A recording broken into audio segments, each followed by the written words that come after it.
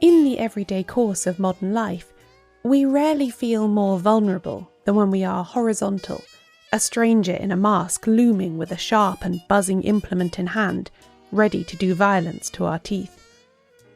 Of course, we do this willingly for the sake of good oral health, but it is almost too easy to appreciate the appeal of this scenario to the detective novelist. Physically and mentally subdued, the patient already feels like a victim. A situation familiar to so many, which the reader can easily picture. Plus, on a practical level, in a surgery there are a lot of sharp implements to hand, as well as masks and gowns that easily obscure identity. To the creative imagination seeking a setting for a crime, it's very fertile ground. So join me, won't you, in the dentist's chair. Open wide.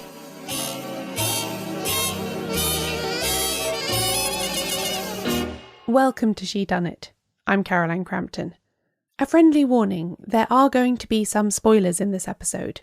If you want to avoid knowing details about something that you're reading or planning to read, please consult the list of books and stories in the episode description before proceeding.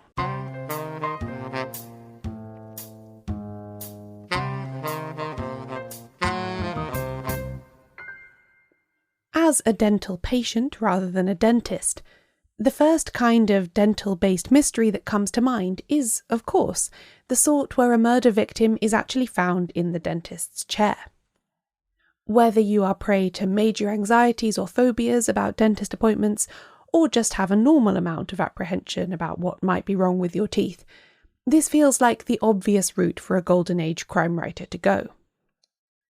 We don't have to look far for a novel that ably fulfills this brief. Death in the Dentist's Chair by Molly Thinn was published in 1932, and is the dental mystery of our dreams, or nightmares, delete as appropriate.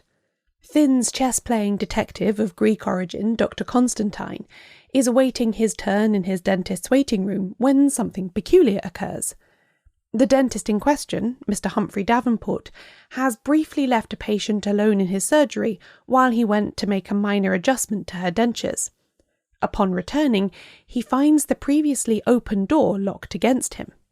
Once the lock is forced, the dentist discovers that his patient has been murdered, her throat cut while she lies in the dentist's chair waiting for his return. A shocking, horrifying turn of events. The dentist himself seems to have a complete alibi, having been visibly in the workroom adjusting the dentures. But the same cannot be said for the other patients in the waiting room.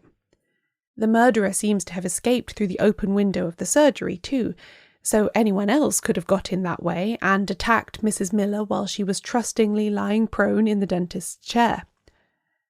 Dr. Constantine assists Scotland Yard's Detective Inspector Arkwright with the investigation, in what is the penultimate of Thinn's 6 detective novels. She was from an aristocratic and artistic background, being related to the Marquises of Bath on her father's side and the painter James Whistler on her mother's. The necessity to earn a living by her pen doesn't seem to have been very pressing, therefore. Mary Thinn published one non-crime novel in 1914, The Uncertain Glory, and then 6 detective novels between 1928 and 1933, before retiring from writing to live comfortably as a self-proclaimed spinster in Devon, until her death in 1950. I enjoyed this novel a lot, but since she was never really among the front rank of Golden Age detective novelists, there is only a limited amount of information available about her, and I've sadly not been able to ascertain whether it was an event in her own life that inspired the setting of Death in the Dentist's Chair. I like to think that the idea came to her while at the dentist herself, though. Mary Thinn's novel pairs nicely with a short story by the American writer Cornell Woolrich from 1934. Death Sits in the Dentist's Chair is told in the first person, narrated by a journalist who is nervously awaiting his turn in the dentist's hot seat.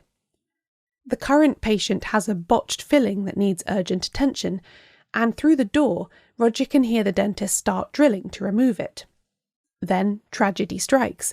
The patient loses consciousness, and despite the best efforts of Roger and the panicked dentist, he dies immediately in the chair. It subsequently turns out that the patient has perished improbably from cyanide poisoning, even though there is no cyanide to be found routinely in the surgery. Where did it come from, and how did it get all over the inside of the dead man's mouth? Spoilers for the rest of the story coming up now. Please skip ahead a couple of minutes if you don't want to hear them. Woolrich really belongs to the American noir school of crime writing that also boasts Dashiell Hammett and Raymond Chandler among its members, and he does an excellent job of ratcheting up the suspense in this short dental mystery. While the dentist, Steve Standish, is taken into custody, Roger, the journalist, goes in search of a different suspect, another dentist, a former friend and partner of Standish's who has recently hit some hard times and fallen prey to some professional jealousy. Roger presents himself as a patient in disguise to this second practitioner and receives a fake filling full of cyanide, along with the instruction to go and have it fixed by Standish. Of course, as soon as the drill penetrated the cap, Roger would die in the chair, just as the previous patient had. During possibly the most tense description of a dental procedure in all of detective fiction, Standish manages to remove the poisoned filling intact.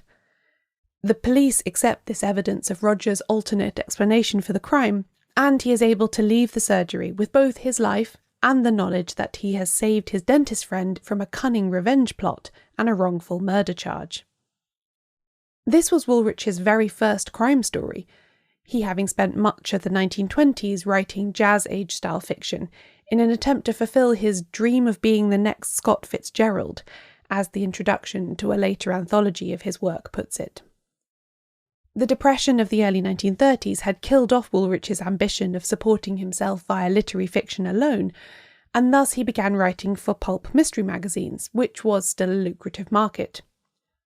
Death Sits in the Dentist's Chair was his first commissioned work for Detective Fiction Weekly, and marked the start of a successful publishing career, albeit not the one he had initially desired.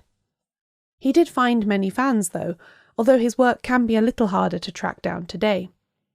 One of his short stories in the 1940s became source material for the Alfred Hitchcock film Rear Window, and two of his novels were later made into films by Francois Truffaut. Before we move on to other variations of the dental mystery, I must give an honourable mention to another work from 1934, Murder Underground by Mavis Dorial Hay. Although primarily known, with good reason, as a murder mystery set in and around the trains of the London Underground, this book does actually have a dentist connection too. Miss Euphemia Pongleton is found dead on the steps of Belsize Park tube station early on in the novel, yes, but she's only there because she was on her way to a dentist's appointment. Was she, perhaps, a narrowly averted death in the dentist's chair too?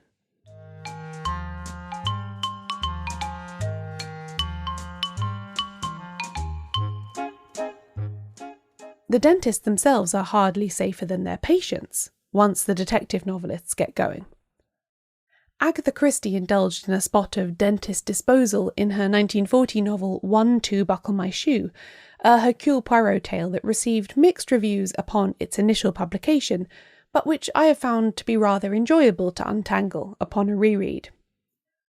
As in the case of the Mary Thynne book I mentioned, Christie's story sees the detective making a trip to the dentist, in this case Mr. Henry Morley of 58 Queen Charlotte Street, London.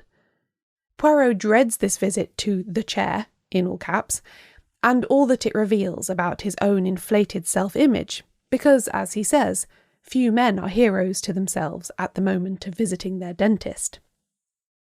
On his way up to the appointment, everyone Poirot sees looks extremely like a murderer to him, although he does later admit that this might have more to do with his nervousness and pain than the people themselves. Despite Poirot's apprehensions, 3 new fillings are introduced to his mouth without undue trouble. Mr. Morley is a very good dentist, we are told. But later the same day, Poirot is summoned back to the dentist by his friend Inspector Japp. That same dentist has been discovered shot in his own surgery, ostensibly by his own hand, but the detectives have their doubts, thanks to Morley's otherwise cheerful demeanour and some rather suspicious dragging marks on the surgery carpet. Thus, a murder investigation begins, that ends up taking in many other locations and some aspects of international politics. The dentist surgery is a convenient meeting place, though, in this book. It's a place where different sorts of people, detective, financier, washed-up actress, reception boy, can all plausibly coexist in the same waiting room. Although the actual practice of dentistry itself is not at the heart of the mystery in the way it is in the Cornell Woolrich story, it is hard to imagine how 1-2 Buckle My Shoe could work without the opening scenes in the dental surgery. And although not Golden Age, I must just mention one other murdered dentist, Frederick Gilchrist, the titular victim of M.C. Beaton's 1997 novel Death of a Dentist. A brutal bout of toothache drives Beaton's serious detective Hamish Macbeth to make an appointment and drive 120 miles to keep it, only upon arrival to find Gilchrist dead and almost too many suspects with plausible motives for killing the unpopular womanizing dentist. Being a dentist does give you the opportunity to meet a lot of different people without arousing suspicion, but it's not a profession without its perils. At least in a murder mystery, that is. After the break, a dentist's deathly duty.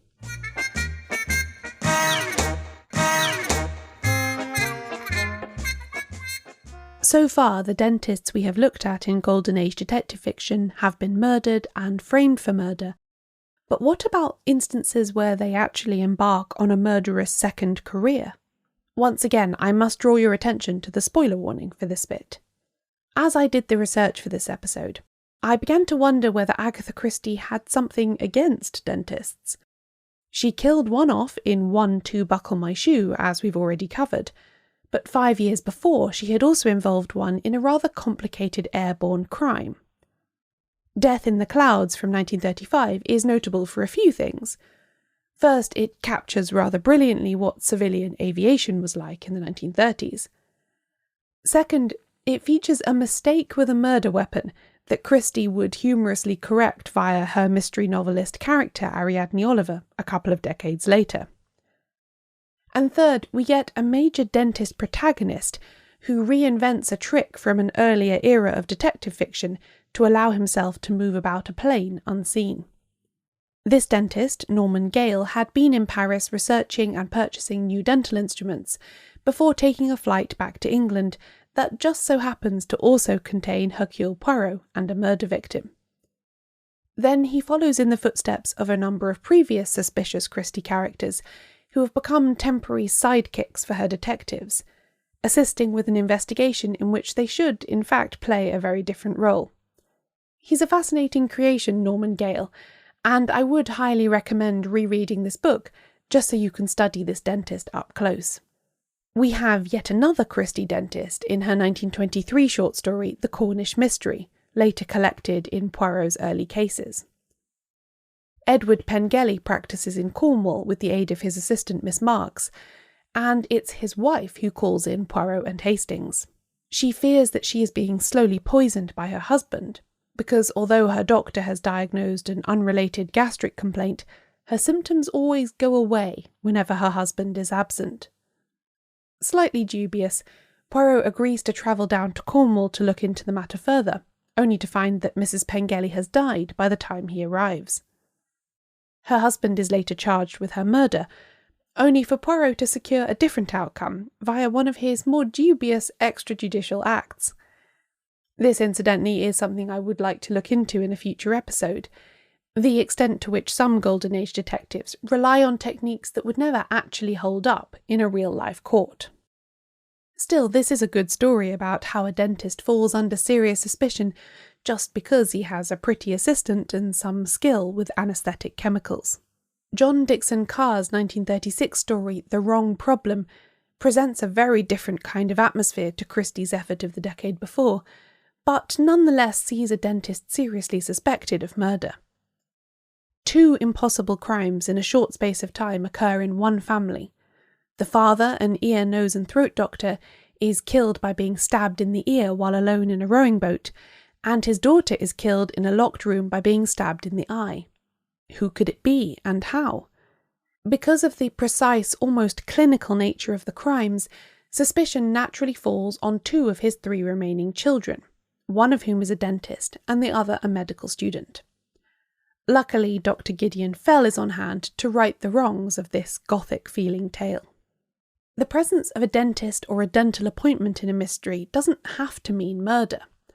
It can be a means of misdirection, a sign that the detective novelist is trying to make reader or characters look one way, while something important happens in another direction. So it is in the 1938 Freeman Wills Crofts novel Antidote to Venom, in which a dental appointment forms a crucial alibi for one of the 2 major suspects. As Inspector French, Croft's regular detective, puts it, if the statement about the dentist appointment was true, his alibi was stronger than cast steel. Now, because this is an inverted mystery, the reader already knows whether the alibi is true or not. I talked more about this format in a November 2022 episode called How Done It, but in brief, this is the sort of story where the murderer's thoughts are shared with the reader from the start, so we're fully in the picture the whole time. The tension comes from seeing the detective try and reconstruct the crime without already knowing who did it, as we do, and the suspense builds as we wonder whether or not the murderer is going to be able to get away with it. In the case of this novel, which I do recommend, there is the added bonus of an eccentric and complicated murder method. The central character is the director of a zoo, and as the title suggests, his ingenious idea for killing involves snakes. And then we must come to Albert Campion. Never have I encountered such a well-timed bit of toothache as in Marjorie Allingham's 1933 novel Sweet Danger, in which our hero Campion pulls off a daring escape from abduction through the simple means of pretending very dramatically to have something wrong with his mouth. She lays it on thick during the chapter concerned, referring to Campion repeatedly as the pale young man with the toothache, and peppering the dialogue with remarks like, "There's nothing so nasty as a nasty tooth." His request to be allowed to go to a dentist is turned down, but his captors are content, for a bribe, to allow him to pop home for a scarf to wrap his aching jaw in. He then changes places with a double already in position for the purpose, thus evading the trap that has been set for him. I went into the cupboard with a marble in my cheek and a hanky over it, and McAfee came out with a muffler round his face, he tells his friends triumphantly. This is, I should say, just one of various madcap adventures that Campion gets up to in the course of solving, and I put that in heavy quotation marks, this improbable inheritance mystery. Still, it is further evidence for my theory that you should always look twice the second anyone in a detective novel mentions needing to go to the dentist.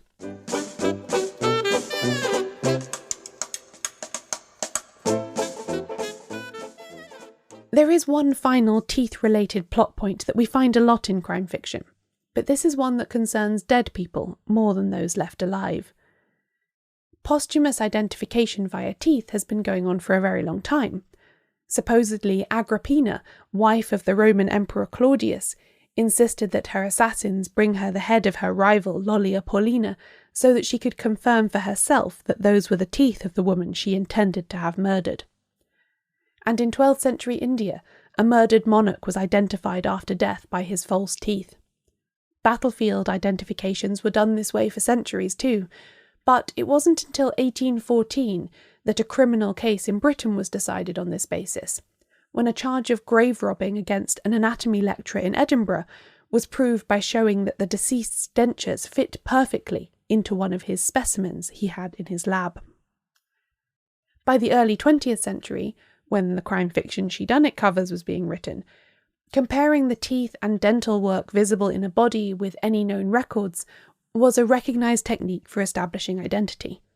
One of many examples of this method of identifying a victim can be seen in Allingham's 1938 novel The Fashion in Shrouds, when Campion discovers what is thought to be the skeleton of a long missing man. At the inquest, the jury hear the evidence of the self-important little dentist who had rushed in to rattle off his formidable list of degrees and testify that the dental work in the remains of the dead man's jaw was his own and that it corresponded to his records. Dental evidence of this kind is also pivotal in A. A. Milne's The Red House Mystery, a book I discussed on the show back in May. As a side note, I would recommend the G.K. Chesterton story The Honour of Israel Gow for a different perspective on why someone might be interested in the skull and teeth of someone long dead. Father Brown has a good dentist-related revelation in that one. Identification, then, is often the role of the dentist in a crime novel. Frequently this occurs simply and quickly, as you heard in that example from Marjorie Allingham, and it's not questioned. In one particular story, though, the novelist takes the field of forensic odontology and weaves her entire mystery out of it. I'm talking about the short story In the Teeth of the Evidence by Dorothy L. Sayers from 1939. It begins in a similar way to several of the novels and stories I've already discussed in this episode, with her detective Lord Peter Wimsey at the dentist, an appointment he approaches with some reluctance. It turns out that his dentist is about to go out on an errand for the police, performing an identification on the body of another dentist who had died in a house fire the previous night. Upon a superficial inspection, everything looks as it should, but when the apparent accident begins to seem more like a suicide, Wimsey encourages that a closer look should be taken at the teeth. And lo, there is a surprise to be found in them, evidence of a dastardly murderer and a clever fraud that has very nearly been pulled off. This story, which features not one but 4 dentists in total, is perhaps the pinnacle of dentistry's appearance in Golden Age detective fiction. There has even been an academic paper about it published in the British Dental Journal. Dentistry is not just the subject of one scene or the means of establishing a single alibi. It provides the protagonists, the murder method, the action, the suspense, the solution, everything. For a moment, teeth aren't just evidence. They are the whole story.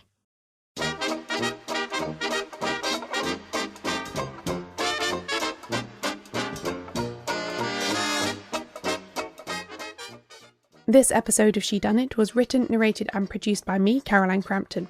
If you'd like more from the podcast, including extra interviews, behind-the-scenes commentaries, and the chance to read a book every month with a community of other mystery lovers, join the Shedunnit Book Club now at shedunnitbookclub.com.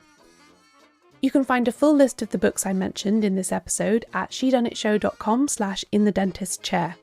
We publish transcripts of every episode, including this one. Find them all at shedunnitshow.com/transcripts. Shedunnit is edited by Euan MacAleece. Production assistance from Leandra Griffith. Member support for the Shedunnit Book Club from CC McLoughlin. Thanks for listening.